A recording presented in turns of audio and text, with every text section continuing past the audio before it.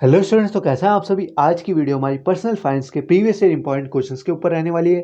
तो जिनका भी आने वाले दिनों में पर्सनल फाइनेंस का एग्जाम है, उन सभी के लिए काफ़ी यूजफुल रहने वाला है। तो चलिए वीडियो को आगे बढ़ाते हैं। उससे पहले अगर आप अभी तक चैनल से नहीं जुड़े हैं तो प्लीज़ चैनल सब्सक्राइब करते हो और वीडियो को लाइक करते जरूर जाएगा। डिस्क्रिप्शन में आपको टेलीग्राम और व्हाट्सअप दोनों का लिंक मिल जाएगा, उससे भी जाके ज्वाइन कर लीजिएगा। चलिए आगे बढ़ते हैं हमारे पर्सनल फाइनेंस के क्वेश्चन पेपर की तरफ।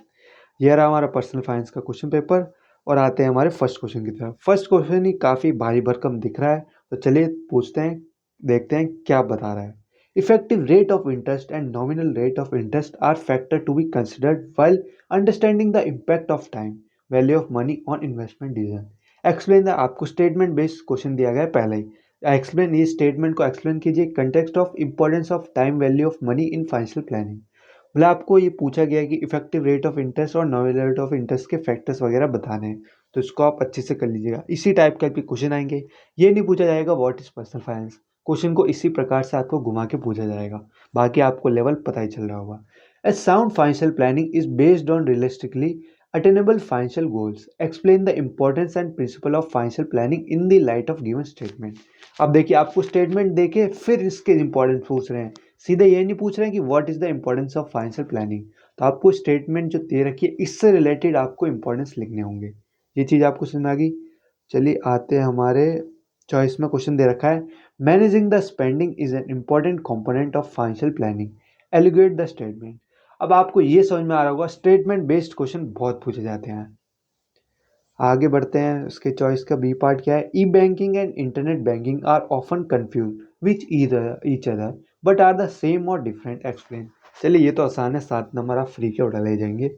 Second question, risk and return have a trade off relationship, explain this in the context of its impact on investment decision. B part में पूछ रखा है, differentiate between term tax avoidance and tax evasion.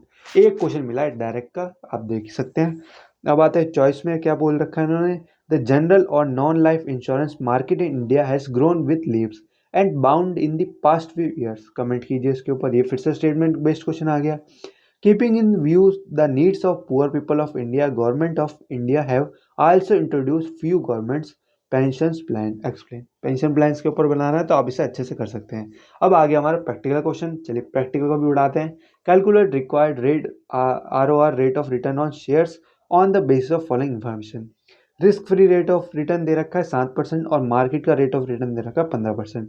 Best value निकालनी है for 4 share ABCD are, जिनका है -0.30 to 1.5 और 0.7 respectively. चलिए आगे बढ़ते हैं। इसके बी पार्ट में कह रखा है, explain different types of mutual funds available in India market. चलिए ये तो जिनको ट्रेडिंग वगैरह की नॉलेज होगी स्टॉक मार्केट की, वो तो इसे आराम से उड़ा देंगे। अब आते हैं चॉइस में, mister x is considering in investing one of the following investment proposals, evaluated risk and returns associated with proposal and advice mister x. तो ये पूरे उन्होंने टेबल दे रखी है। रिटर्न प्रोबेबिलिटी कितनी है, ए की और बी की, वो दे रखे हैं, और रिस्क कितना है और return. Differentiate between capital market line and security market line. चलिए ये भी आसान है, डायरेक्ट क्वेश्चन दिया गया है। फोर्थ में फिर से एक और प्रैक्टिकल क्वेश्चन आ गया, मतलब 2 प्रैक्टिकल क्वेश्चन तो हमें अटैम्प्ट करने ही होंगे। The return and risk on security XYZ are given below, portfolio in the proportion of 60%, 25% और 15%। ये चीज़ हमें समझ गई। मतलब 100 को 60% डिवाइड कर रखा है एक्स में, वाई को 25% और जेड को 15%, सबसे कम रिटर्न।